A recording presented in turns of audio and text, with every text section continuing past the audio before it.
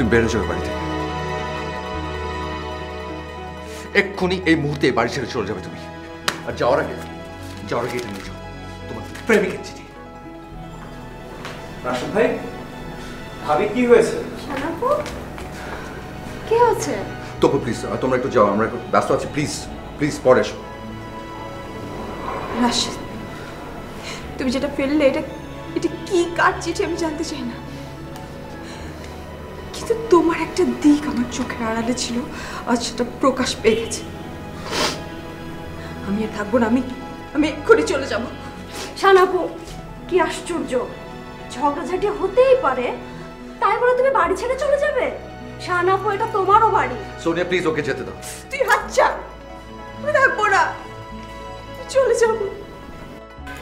রাশেদ ভাই প্লিজ একটু ঠান্ডা হন, মানে একটু ঠান্ডা মাথায় মানে কথা বলার চেষ্টা করুন, একটু বোঝার চেষ্টা করুন।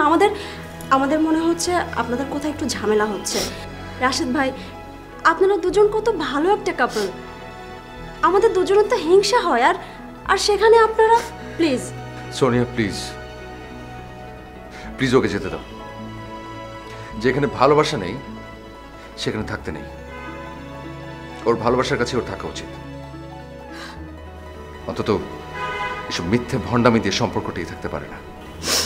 হ্যাঁ সোনিয়া, যেখানে ভালোবাসা নেই সেখানে থাকা সম্ভব না। আমি থাকতে পারবো না।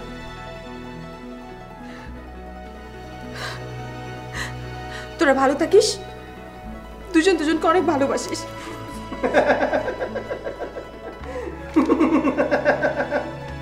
কি ব্যাপার, তুমি হাসছো কেন? আমার মনে হয় এই চিঠিটা নিয়েই সব কনফিউশন, তাই না?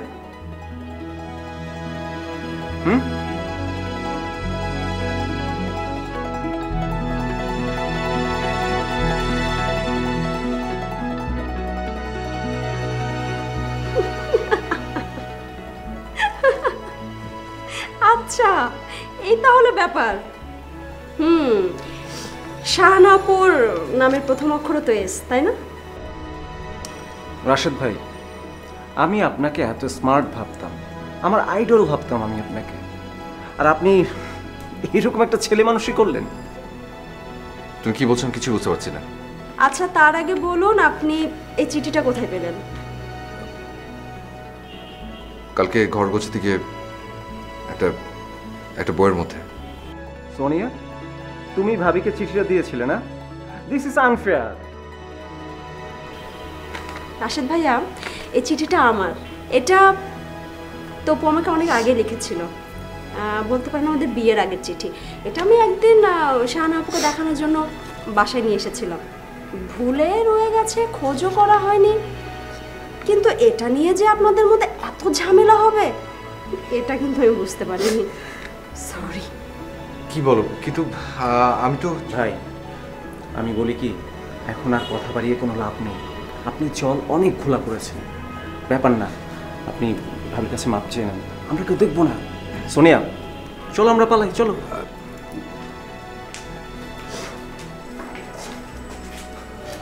ভালোই হলো, তোমার এই অন্ধকার দিকটা আমার জানা ছিল না, আর জানা হয়ে গেল। আমি এই অন্ধকারে থাকতে পারবো না। তুমি ভালো থেকো।